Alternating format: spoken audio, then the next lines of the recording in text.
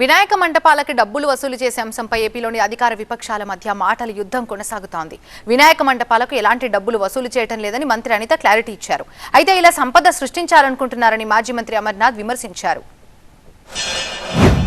విషయం తెలుసుకున్న వెంటనే గౌరవ సీఎం గారికి విజ్ఞప్తులు వచ్చినాయి. గౌరవ సీఎం గారు కూడా దీని విషయం మీద మమ్మల్ని అడిగిన వెంటనే సార్ ఇలా జరిగింది, ఇలా జీవో ఉంది అంటే ఇమ్మీడియట్గా ఆపండి, ఎవరు కూడా రూపాయి కూడా కలెక్ట్ చేయొద్దు.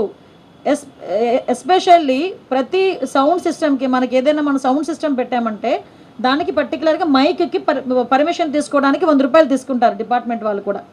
అది కూడా తీసుకోవద్దు వినాయక చవితులకి అని చెప్పి చాలా క్లియర్గా 10 రోజుల క్రితమే ఈ విషయం చెప్పడం జరిగింది. ఎవ్వరూ దగ్గర ఎక్కడ కూడా ఎటువంటి ఫీజెస్ కూడా కలెక్ట్ చేయట్లేదు, ఎటువంటి చలనాలు కూడా కలెక్ట్ చేయట్లేదు. 3 అడుగుల వినాయకుడు అయితే 350 రూపాయలు, 6 అడుగుల వినాయకుడు అయితే 700 రూపాయలు, రోజుకు 100 రూపాయలు మైక్ సెట్ కి.